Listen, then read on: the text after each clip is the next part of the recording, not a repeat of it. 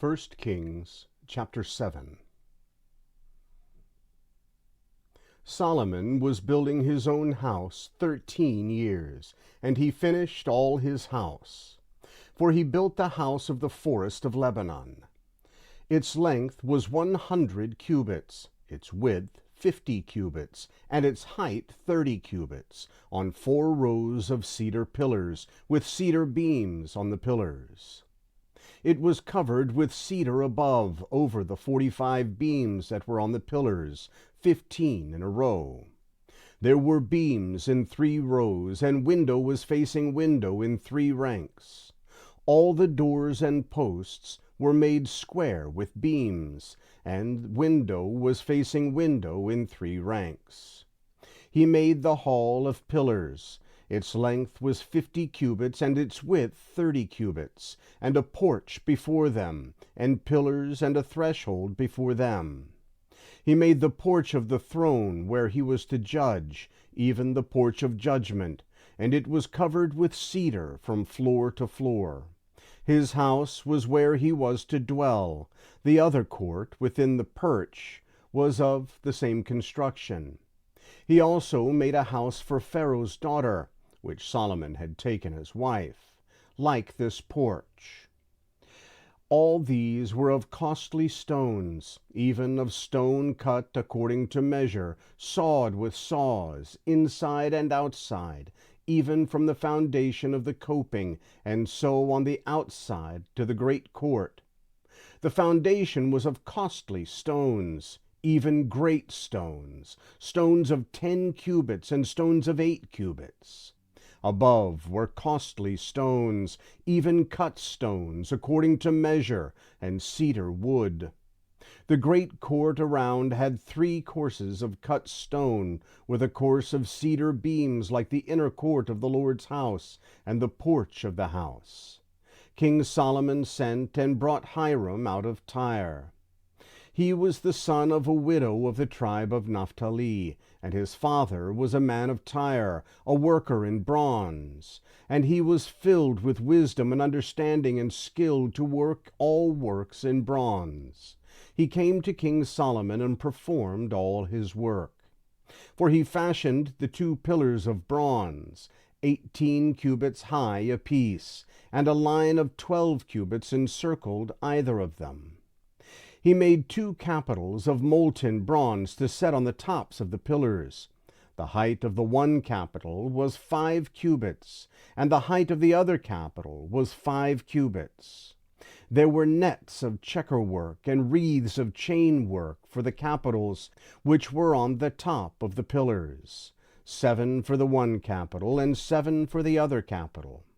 So he made the pillars, and there were 2 rows of pomegranates around the one network to cover the capitals that were on the top of the pillars, and he did so for the other capital.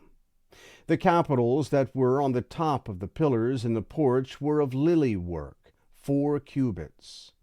There were capitals above also on the 2 pillars, close by the belly which was beside the network. There were 200 pomegranates in rows around the other capital. He set up the pillars at the porch of the temple. He set up the right pillar and called its name Jachin. He set up the left pillar and called its name Boaz. On the tops of the pillars was lily work, so the work of the pillars was finished. He made the molten sea 10 cubits from brim to brim, round in shape. Its height was 5 cubits, and a line of 30 cubits encircled it. Under its brim around there were buds which encircled it for 10 cubits, encircling the sea. The buds were in 2 rows, cast when it was cast. It stood on 12 oxen, 3 looking towards the north, and 3 looking towards the west, and 3 looking towards the south, and 3 looking towards the east. And the sea was set on them, and all their hindquarters were inward. It was a handwidth thick. Its brim was worked like the brim of a cup, like the flower of a lily. It held 2,000 baths. He made the 10 bases of bronze. The length of one base was 4 cubits. 4 cubits its width, and 3 cubits its height. The work of the bases was like this. They had panels, and there were panels between the ledges. And on the panels that were between the ledges were lions, oxen, and cherubim. And on the ledges there was a pedestal above, and beneath the lions and oxen were wreaths of hanging work. Every base had 4 bronze wheels and axles of bronze, and its 4 feet had supports. The supports were cast beneath the basin, with wreaths at the side of each. Its opening within the capital and above was a cubit. The opening was round, like the work of a pedestal, a cubit and a half, and also on its opening were engravings, and their panels were square, not round. The 4 wheels were underneath the panels, and the axles of the wheels were in the base. The height of a wheel was a cubit and a half. The work of the wheels was like the work of a chariot wheel. Their axles, their rims, their spokes, and their hubs were all of cast metal. There were 4 supports at the 4 corners of each base. Its supports were of the base itself.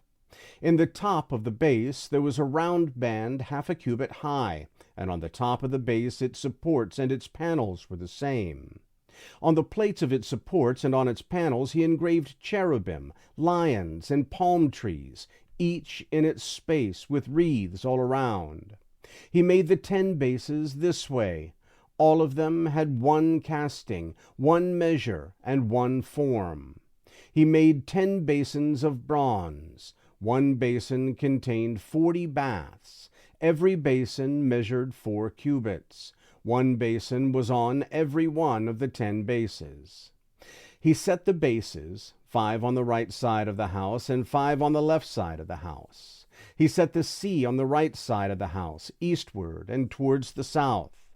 Hiram made the pots, the shovels, and the basins. So Hiram finished doing all the work that he had worked for King Solomon in the Lord's house. The 2 pillars, the 2 bowls of the capitals that were on the top of the pillars, the 2 networks to cover the 2 bowls of the capitals that were on the top of the pillars, the 400 pomegranates for the 2 networks, 2 rows of pomegranates for each network to cover the 2 bowls of the capitals that were on the pillars, the 10 bases, the 10 basins on the bases, the 1 sea, the 12 oxen under the sea, the pots, the shovels, and the basins. All of these vessels, which Hiram made for King Solomon in the Lord's house, were of burnished bronze. The king cast them in the plain of the Jordan, in the clay ground between Succoth and Zarethan. Solomon left all the vessels unweighed because there were so many of them. The weight of the bronze could not be determined.